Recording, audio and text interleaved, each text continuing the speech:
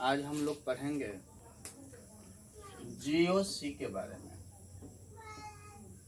General organic chemistry. इस general organic chemistry में मुख्य रूप से जो हम लोग पढ़ते हैं वह है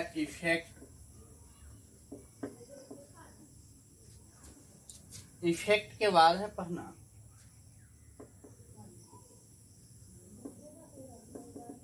रिएक्शन इंटरमीडिएट और थर्ड होता है रिएक्शन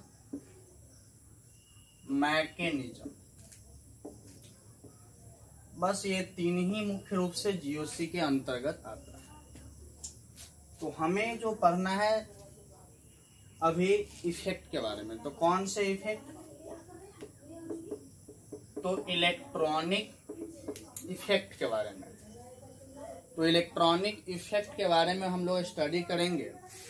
तो ये इलेक्ट्रॉनिक इफेक्ट का नाम जो होता है जीओसी में वह electron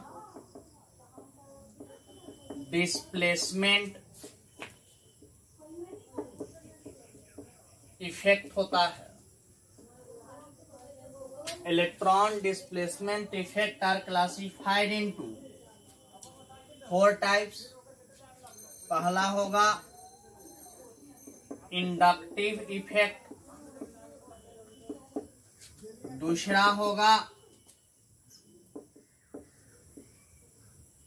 electromeric effect,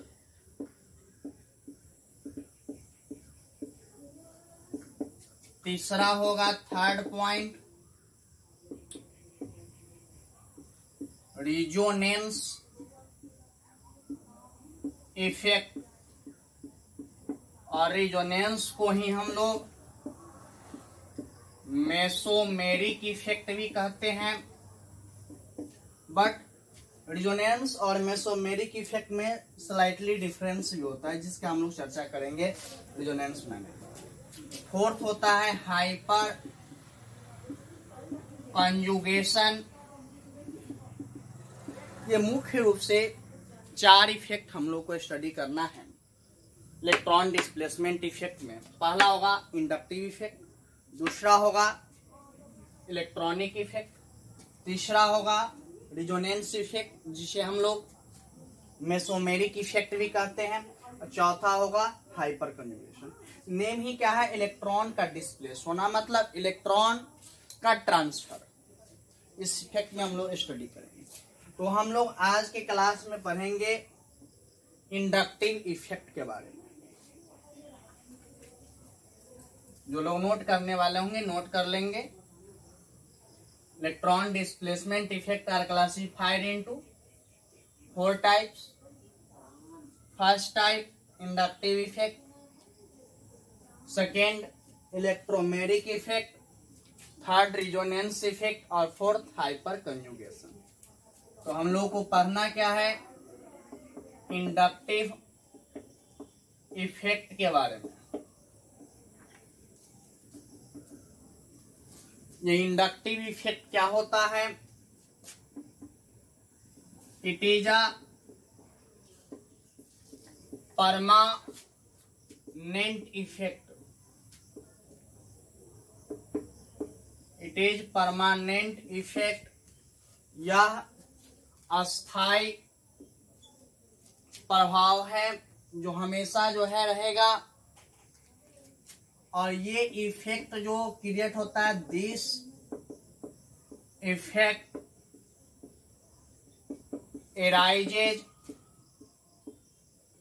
due to displacement of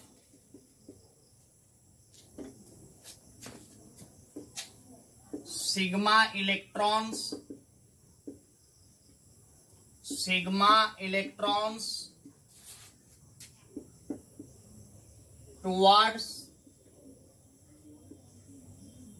towards negative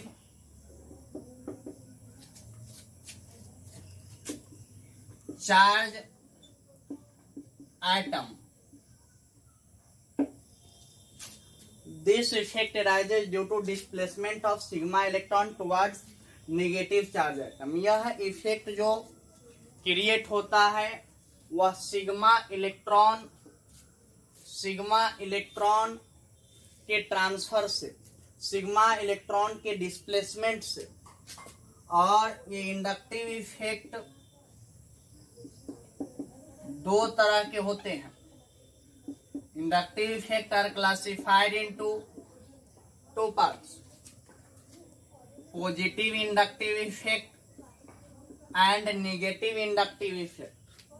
तो अब ये पॉजिटिव इंडक्टिव इफेक्ट और नेगेटिव इंडक्टिव इफेक्ट क्या होता है और इंडक्टिव इफेक्ट क्या होता है, इसकी विशेष चर्चा और अच्छे तरह से अब हम लोग एग्जाम्पल पे समझेंगे।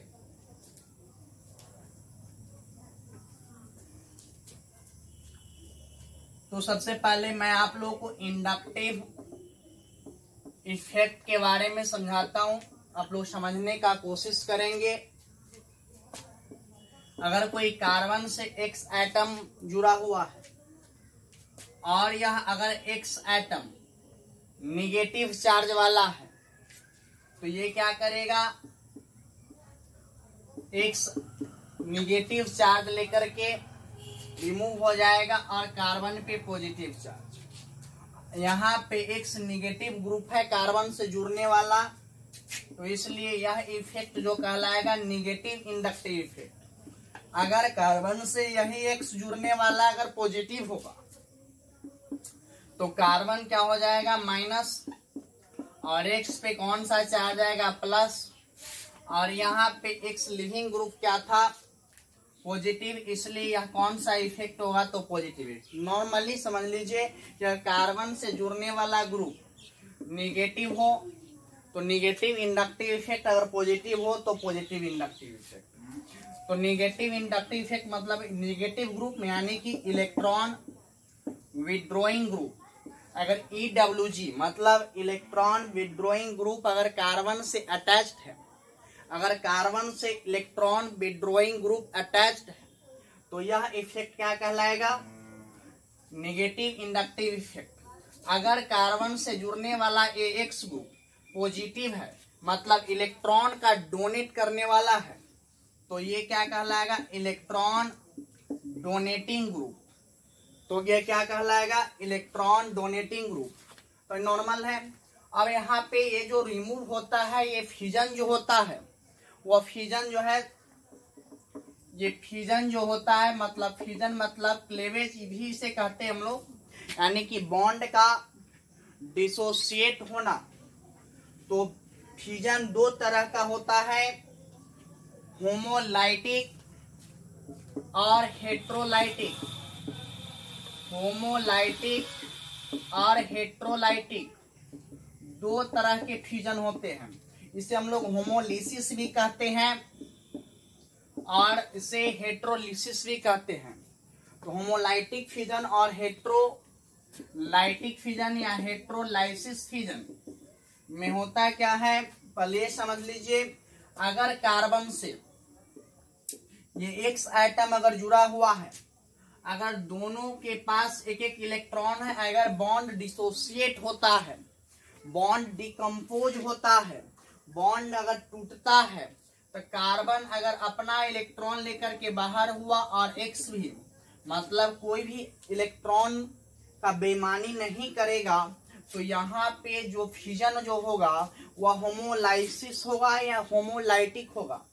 अगर इसमें से कोई भी एक बेईमान निकलेगा यानी कि डिसऑनेस्ट, यानी कि अगर कार्बन और हाइड्रोजन या X ग्रुप कोई भी हो सकता है, अगर दोनों अगर अपना अपना इलेक्ट्रॉन लेकर के नहीं बाहर होगा, X वाला ही अगर दोनों इलेक्ट्रॉन लेकर के बाहर हो गया यानी कि X वाला क्या क्या ग्रुप कार्बन का भी इलेक्ट्रॉन लेकर रिमूव हो गया, तो हम लोग जानते हैं कि इलेक्ट्रॉन पे नेगेटिव चार्ज होता है और यह कैसा ग्रुप हुआ इलेक्ट्रॉन लेकर बाहर हुआ तो इलेक्ट्रॉन विड्रॉइंग ग्रुप। और इलेक्ट्रॉन विड्रॉइंग ग्रुप यानी कि ये जो है माइनस हो जाएगा और इस पे कौन सा चार्ज आएगा प्लस। कुल मिलाकर बात ये हुई कि X वाले नेगेटिव चार्ज वाले हुआ, यानी कि यह कैसा इफेक्ट शो करेगा नेगेटिव इंडक्टिव इफेक्ट।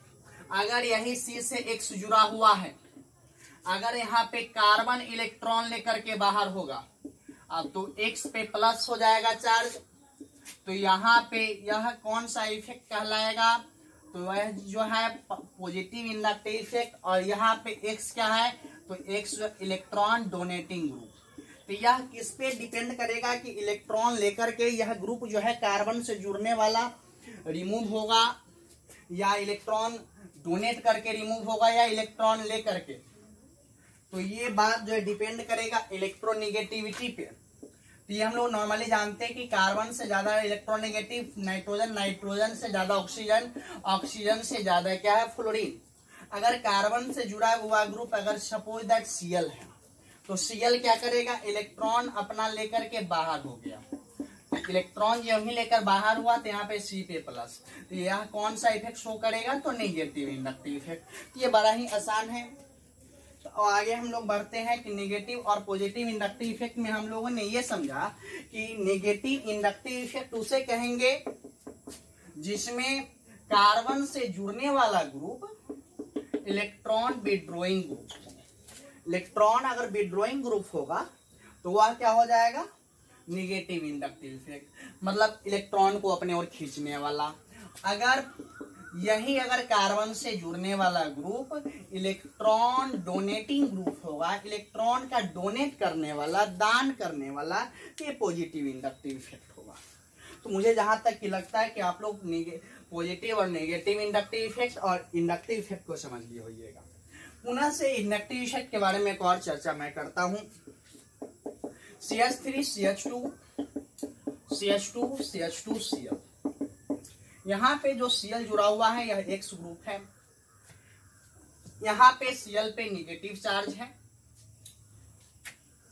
होता क्या है, inductive effect number of carbon जब पीछे की ओर इंक्रीज करेगा, यानी कि डिस्टेंस अगर इंक्रीज करता है इलेक्ट्रॉन विड्रॉइंग ग्रुप से, if distance is increases then inductive effect is decreases.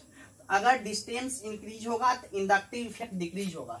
यहाँ पे अगर इंडक्टिव इफेक्ट डेल प्लस होगा तो यहाँ पे inductive effect double del plus, यहाँ पे inductive effect triple del plus, यहाँ पे इंडक्टिव इफेक्ट ये फोर्थ। यानी कि ये मतलब नहीं कि ये बड़ा है, इसका मतलब ये हुआ कि और ये छोटा हुआ।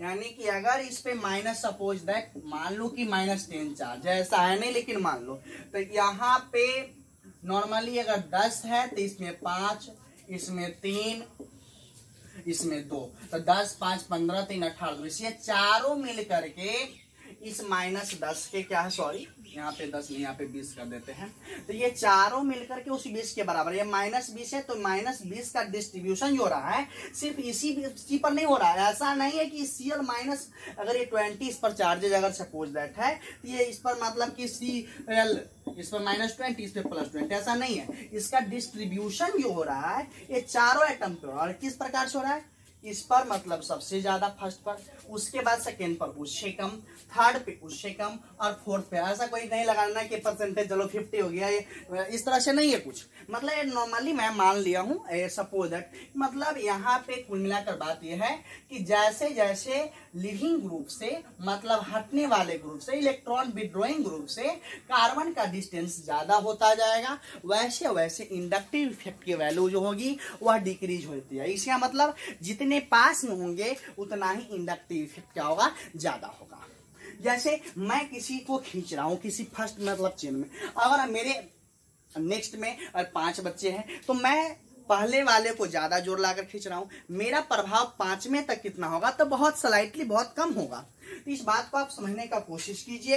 अब यहाँ पे नेक्स्ट पॉइंट हम लोग स्टडी करेंगे।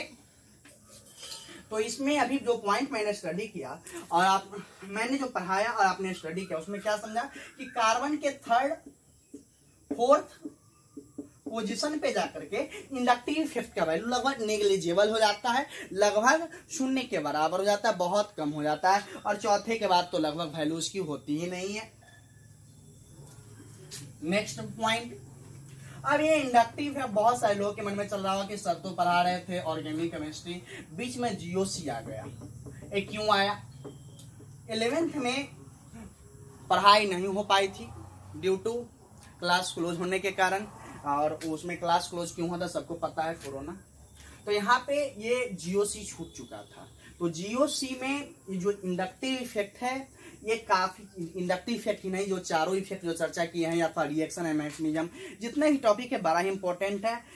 अगर इसके बिना पढ़े हुए पूरे एनसीईआरटी सेकेंड ईयर पढ़ ले तो बिल्कुल समझ में भी आ जाएगी, बोर्ड में के क्वेश्चन भी बन जाएंगे। लेकिन अगर अच्छे क्वेश्चन वहां पे आ जाए तो आपसे सोल्व नहीं होंगे, जबकि पूरा होल सिलेबस पढ़े हुए रहेंगे फिर भी क्यों नहीं सोल्व होगा। उसका कारण एक ही होगा, क्योंकि उसके बेसिक जो होता है ऑर्गेनिक का जो ABCD जिसे कहते हैं वो यही है, इसके बिना पॉसिबल नहीं है।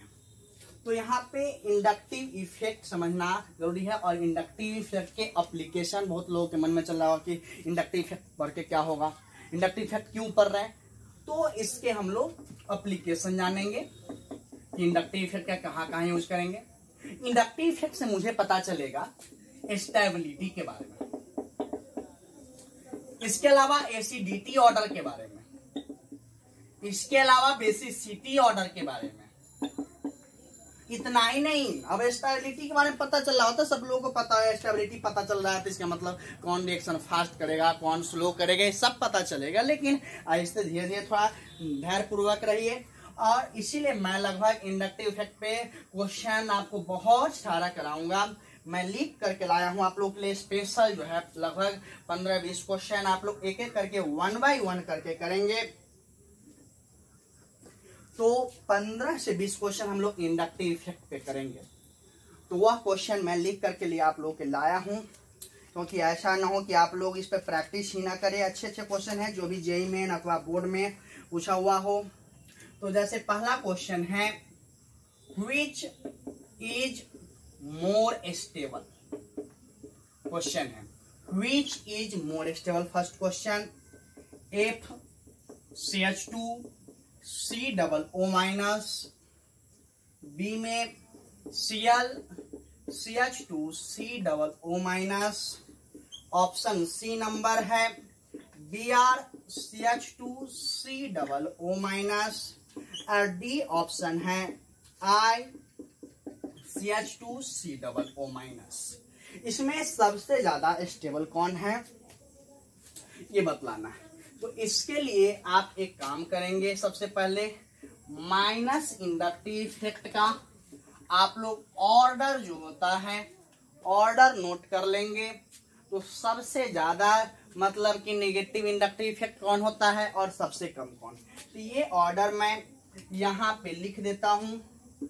NF3 सबसे ज्यादा इंडक्टिव इफेक्ट शो करता है, इसके बाद NR3, इसके बाद इसको आप लोग याद कर लेंगे बिल्कुल, क्योंकि नहीं याद करेंगे तो काम नहीं चलेगा। इसके बाद SR2, इसके बाद है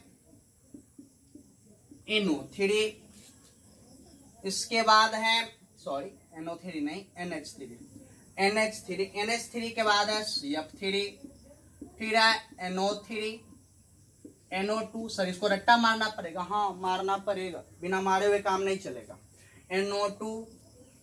NO2 के बाद है CN के बाद आएगा SOR2, फिर SO3H, फिर है एल्डिहाइड, फिर आएगा कीटोन के बाद आएगा कार्बोक्सिलिक एसिड के बाद एसिड क्लोराइड के बाद CONH2, एमाइड के बाद आएगा फ्लोरीन, ब्रोमीन, आयोडीन, फिर ईथर और अल्कोहल के बाद आएगा CH, ट्रिपल बॉन्ड CH, फिर आएगा एमीन, फिर आएगा CH डबल बॉन्ड CH2, फिर इसके आगे CH3 फिर आएगा H। ये ऑर्डर बिल्कुल याद रहना चाहिए। इस ऑर्डर को क्या कर लेंगे, नोट कर लेंगे और याद कर लेंगे। अब इस ऑर्डर से क्या होगा जरा ध्यान से देखेंगे। यहाँ पे पूछा जा रहा है कि व्हिच इज मोर स्टेबल, तो इसमें जरा देखना है कि किसकी वैल्यू FCl Bri 4 ग्रुप लगा हो। इसके अलावा सब चार सभी समान है, यहाँ से यहाँ तक सभी समान है, इक्वल है, FCl Bri है। सबसे ज्यादा वैल्यू किसकी, F की, तब Cl तब Br तब I। तो इसमें मोर यानी कि जो है इंडक्टिव इफेक्ट वैल्यू किसकी होगी, तो F वाले की, तब Cl वाले की, तब Br वाले की, तब I वाले की। तो इसके आधार पे A मोर सबसे ज्यादा, तब B, तब C, तब D। इस बात को समझना है। यहाँ पे इंडक्टिव इफेक्ट की वैल्यू F की ज्यादा है इसलिए, लेकिन एक बात यहाँ पे और ध्यान रखना है कि नेगेटिव चार्ज का डिस्ट्रीब्यूशन जितना अधिक होगा सभी एटम पे, वह कंपाउंड और या स्पेसीज उतना ही ज्यादा स्टेबल होगा। यह माइनस है और ये F है, एक सबसे ज्यादा इसमें इलेक्ट्रोनेगेटिव, तो इसका डिस्ट्रीब्यूशन जो है चारों इस सब दोनों पे हो रहा है, इसका भी डिस्ट्रीब्यूशन, इसका भी और इसका भी। लेकिन इसमें सबसे ज्यादा जो है इलेक्ट्रॉन विड्रॉइंग ग्रुप जो स्ट्रॉन्ग है वह कौन है, F, इसके बाद Cl, इसके बाद Br, इसके बाद I। तो यहाँ पे होता क्या है कि यह F वाले नेगेटिव चार्ज को अपने ओर अट्रैक्ट करेगा, अट्रैक्ट करने के बाद यहाँ पे पॉजिटिव चार्ज क्रिएट होगा, जिसके वजह से यह ज्यादा स्टेबिलिटी गेन करेगा। तो नॉर्मली यहाँ पे एक छोटा सा रीजन याद रखेंगे, उतना नहीं भी याद रहे तो, यानी कि ये इसकी यानी कि सबसे ज्यादा I की वैल्यू और इसके करने, तो ये यहाँ पे एक चीज लिख सकते हैं नॉर्मली आप नोट में इस बात को, more minus I effect more stable. जितना ज्यादा यानी कि माइनस I इफेक्ट होगा उतना ही ज्यादा स्टेबल होगा। यानी कि इसको जब लॉन्ग लिखेंगे, जब बड़ा लिखेंगे तो क्या लिख सकते हैं कि जिस स्पेसीज के माइनस I इफेक्ट की वैल्यू ज्यादा होगी वह कंपाउंड ज्यादा स्टेबल होगा। यहाँ पे नेक्स्ट जो है क्वेश्चन, इस क्वेश्चन को कर ली होइएगा। अब नेक्स्ट क्वेश्चन है second number. Second number question है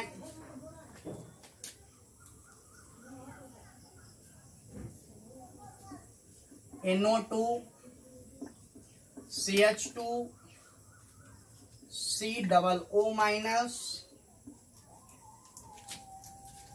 बी नंबर है CH2 double bond CH COO minus, C number question है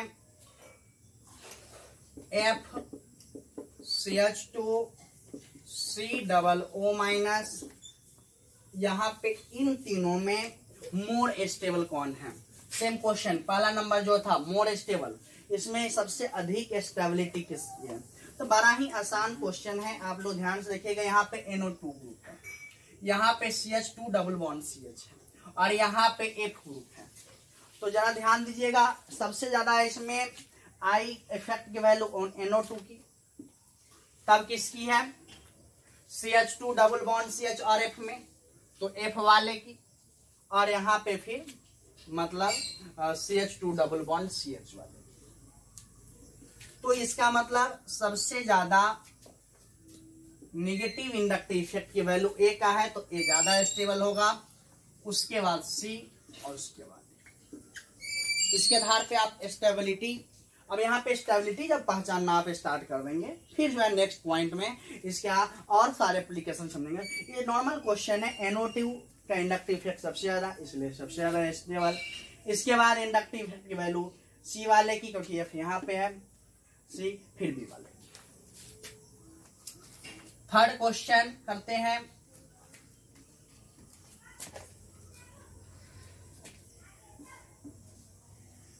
एसिडिक ऑर्डर आपको लिखना है कि कौन से कंपाउंड मोर एसिडिक है, और सजाना अरेंज करना है FCH2 COOH, B number ClCH2COOH, C number BrCH2COOH और डी नंबर है ICH2COOH। इन चारों में सबसे अधिक एसिडिक या एसिडिक ऑर्डर में लिखना है। तो ये सारे के सारे सेम हैं और ध्यान से देखेंगे तो इसमें FCl-BrI जुड़ा हुआ है। तो सबसे ज्यादा इंडक्टिव इफेक्ट की वैल्यू F वाले की, फिर Cl वाले की, फिर Br, फिर I। तो नॉर्मली इस ऑर्डर में सजाएंगे तो सबसे ज्यादा एसिडिक A, फिर B, फिर C और फिर D। ये नॉर्मल ऑर्डर है। इस तरह से आप क्वेश्चन नॉर्मली इंडक्टिव इफेक्ट का काफी आसान तरीके से कर सकते हो। चौथा नंबर क्वेश्चन 4, जितना ज्यादा प्रैक्टिस कराऊंगा उतना ही ज्यादा आपके लिए फायदेमंद। फिर आप कहीं से भी जेईई मेन का पेपर, नीट का पेपर, यानी कि बोर्ड का पेपर, इंडक्टिव इफेक्ट से जो क्वेश्चन पूछा गया हुआ सारा क्वेश्चन करोगे यूं ही बन जाएगा। चौथा क्वेश्चन है, इसमें भी एसिडिक ऑर्डर ही लिखना है। CH3COOH, CH2COOH, यहाँ पे Cl लगा हुआ है। C में Cl2 है, COOH और डी नंबर में है CCl3COOH। इस चारों में सबसे ज्यादा जो है कौन होगा एसिडिक, और ये एसिडिक ऑर्डर में सजाना है। तो यहाँ पे एक चीज ध्यान रखना है कि मोर नंबर ऑफ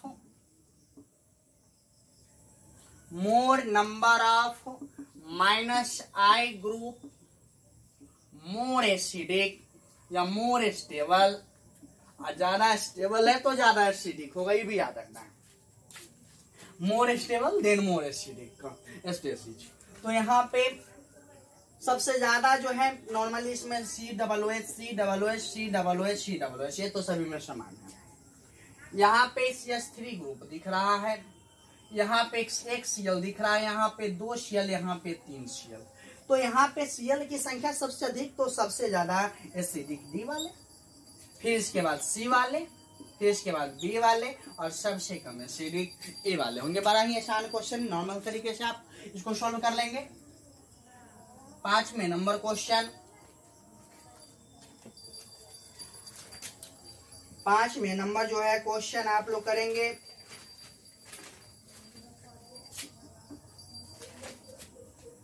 ए ऑप्शन है CH3, CCH3, CH3OH। बी में है option CH3, CH3HOH। Option C है CH3CH2OH। ऑप्शन डी है CH3OH।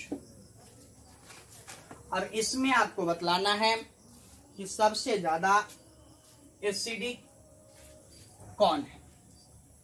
इसके लिए भी आपको कुछ याद रखना पड़ेगा। प्लस आई इफेक्ट जो है order, minus I effect order आपने याद रखा, प्लस आई इफेक्ट ऑर्डर याद रखना है।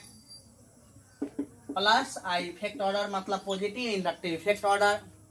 तो positive inductive effect order CH2 minus. अगर मैं इसको रूल वाइज लिखाता फिर आप लोग थक जाते, इसलिए मैं क्वेश्चन के साथ साथ ये रूल सब मैं बकते जा रहा हूँ और धीरे धीरे समझाते जा रहा हूँ। इसको जो है पॉइंट वाइज भी लिख सकते हो। तो CH2 माइनस सबसे ज्यादा जो है, इसके बाद NH माइनस, इसके बाद O माइनस, COO माइनस, इसके बाद CH3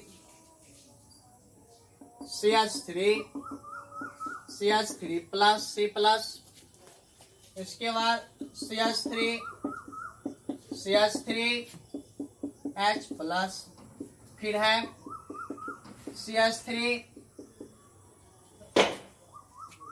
CH2 प्लस, फिर CH3 प्लस। यही इंडक्टिव पॉजिटिव इंडक्टिव इफेक्ट का ऑर्डर है।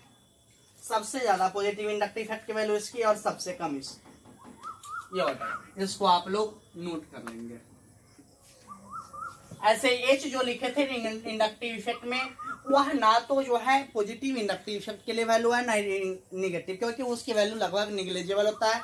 जितना पॉजिटिव इंडक्टिव इफेक्ट के लिए